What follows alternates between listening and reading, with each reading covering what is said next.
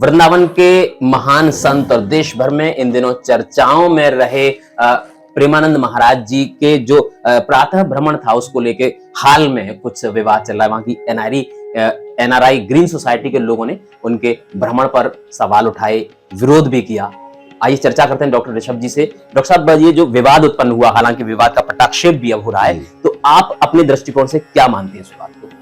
हरे कृष्ण, वृंदावन बिहारी लाल की जय। देखो, चाहे आध्यात्मिक जगत हो चाहे भौतिक जगत हो, दोनों ही जगह पर ऐसी स्थितियां प्रायः शुरू से ही आती रही हैं कि जब एक व्यक्ति किसी एक दिशा में बहुत बढ़ता है या मुड़ता है, तो जितनी तेजी से वो चलता है उतनी तेजी से सामने की हवा उसको लगती है। जैसे आप दौड़ेंगे, हल्का दौड़ेंगे तो आपको हवा कम लगेगी, तेज दौड़ेंगे तो आपको हवा तेज लगेगी। ठीक है, आप घर से कम निकलेंगे तो आपके लिए मच्छर मक्खी ये सब खतरे कम हैं। आप घर से ज्यादा निकलेंगे तो आपको ये सब खतरे ज्यादा हैं। तो इस प्रकरण से आप ऐसे समझ सकते हैं कि पूज्य बाबा जी महाराज की ख्याति पूरे संसार में आज है ना। तो वृंदावन में भी और दुनिया की किसी भी जगह पर, जैसे द्वारका में भी ऐसे लोग थे भगवान के समय पे, कृष्ण के समय पे, जब कृष्ण पर ये लांछन लगा कि आपने श्यमंतक मुनि गायब करा दी है, तो कुछ लोगों ने मान लिया। उस द्वारका में जो द्वारका भगवान कृष्ण के उस पर पल रही थी। ठीक है, ऐसे ही वृंदावन में भी शुरू से ही कुछ तो परकर ऐसा होता ही है कि जिसकी भक्ति में थोड़ा सा प्रारब्ध जिसका उतना मजबूत नहीं होता। तो बाबा जी की जो यात्रा थी उस पर कुछ लोगों ने जो विरोध किया, उसमें मूल बात दो हो सकती है।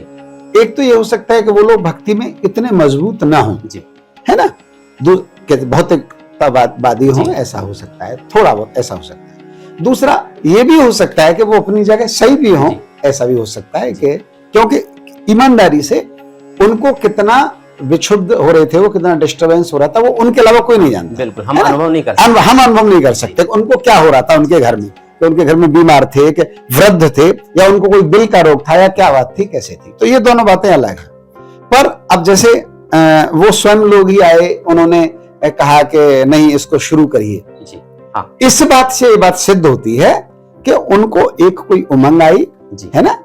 कभी कभी ऐसा होता है कि हम न चाह के भी गुस्से में कोई बात गलत कह जाते हैं, कैसे, ऐसी कोई उमंग आई। फिर उनको ये बात रियलाइज हुई कि नहीं, ये इस यात्रा से लोगों का बहुत बड़ा लाभ था। मतलब जो भक्त बहुत दूर दूर से आ रहे थे उनका बहुत बड़ा लाभ था। देखो, दो तरह की सोच है व्यक्ति की। एक तो व्यक्ति ऐसे भी सोच सकता है हमारे धर्म में ही कि एक संत ऐसा है कि भाई उसे अपने भजन से मतलब है, उसे क्या करना है, ऐसा भी कह सकते हैं। अरे तुम क्यों दर्शन दे रहे हो, तुम्हें क्या, तुम अपनी माला से मतलब रहो, भजन से मतलब रहो, तुम गुप्त रहो। ये भी एक प्रक्रिया है, ये भी अपनी जगह सही है। दूसरी जगह ये भी हो सकता है, जैसा प्रेमानंद जी का देखा कि भाई मैं भजन करूं या ना करूं, पर मेरे दर्शन से या मेरे बैठने से या मेरे निकलने से बहुत आह्लाद मिलता है, तो वो भी बहुत बड़ा संतत्व है। दूसरों को प्रेरणा प्राप्त, हाँ, वो भी बहुत बड़ा संतत्व है कि मेरे उससे बहुत बड़ा आराम मिल रहा है, ऐसे मिल रहा है ना। जैसे ये घटना हमारे साथ होती है, हमारे साथ, हमारे व्यक्तिगत जीवन में ये वाक्य हो क्या कि हम पहले एकांतिक व्रज यात्रा करते थे, तो जगहों का आस्वादन करते थे, जगह जगह बैठ के माला करना, पूरा। अब हम बस की बस भक्तों को ले जाते हैं, तो उनको दिखाने के चक्कर में हम आस्वादन नहीं कर पाते। लेकिन हम ऐसा मानते हैं कि ये भी बहुत जरूरी है, इससे भी भगवान खुश होंगे कि चलो हमारे रसास्वादन में कमी है, लेकिन बाकी सब लोगों को बहुत आनंद आ रहा है। तो बाबा के भजन में हो सकता है थोड़ा कमी आ गई हो, लेकिन उनका दर्शन करके भक्तों को बहुत आह्लाद होता था, बहुत प्रेरणा मिलती थी, है ना। तो वो भी उनका स्वरूप यही था, क्योंकि उनके कई वीडियो में बात सुनने में आई कि हम दर्शन का कोई, हमें इसका मतलब नहीं है कि हमारा कोई दर्शन करे, पर सब लोग प्रसन्न होते हैं इसलिए हम दर्शन देते हैं, है ना। एक बात। दूसरी बात यह कि पूज्य प्रेमानंद जी बाबा के विषय में कोई ऐसी बात कि भाई वो ऐसा क्यों करते हैं, ऐसा क्यों करते हैं, ऐसा क्यों करते हैं, सपने में भी इसलिए नहीं सोचनी चाहिए कि वो परम ज्ञानी पुरुष हैं। कहाँ क्या मर्यादा है, कहाँ क्या धर्म है, क्या करना चाहिए, क्या नहीं करना चाहिए, इसमें तो वो बड़े प्रकांड हैं, बड़े प्रकांड हैं। कोई ये कि हम जैसे हम छोटे से धर्माचार्य ये बात कह दें कि नहीं देखिए ये नहीं, ये धर्म है, उनके विषय में कुछ कहना ये बड़े, क्योंकि वो प्रकांड है इन सब चीजों के। कब किसके लिए क्या धर्म है, क्या स्थिति है, इसमें उनसे ज्यादा कोई नहीं जानता है ना। इसलिए वो जो कर रहे हैं वो ठीक ही कर रहे हैं, उन्होंने बंद किया वो भी ठीक हुई उनके उस पर, उन्होंने दोबारा शुरू किया वो भी ठीक हुई, है ना।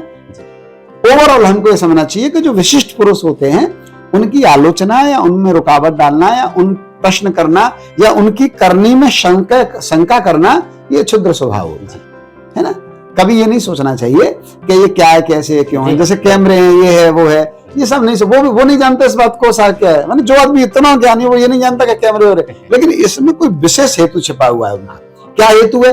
वो यही हेतु है कि आज हजारों लाखों लोगों ने शराब छोड़ दी, सिगरेट छोड़ दी, बीड़ी छोड़ दी, धर्म अपना लिया, राधा नाम अपना लिया, है ना। बहुत सारे लोगों ने इस पर भी लोग कह रहे थे कि क्या इनसे पहले कोई राधा नाम नहीं लेता था, लेते थे, लेकिन इनके कैमरे की वजह से ज्यादा लोग लेने लगे, ज्यादा लोग।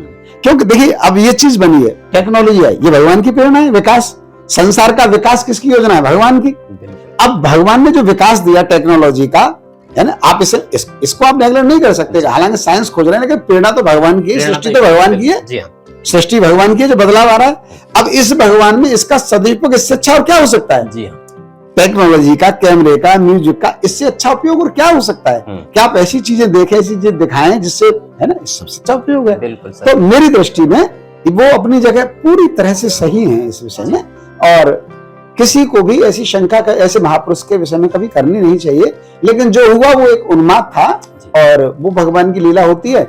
इस उन्माद का फायदा ये होगा कि भक्त और ज्यादा प्रेम से उनको देखेंगे, और बाबा के स्वभाव के विषय में भी पता लग गया कि अगर ज्यादा तकलीफ होगी तो बाबा रुक जाएंगे, ये स्वभाव भी पता लग गया, है ना।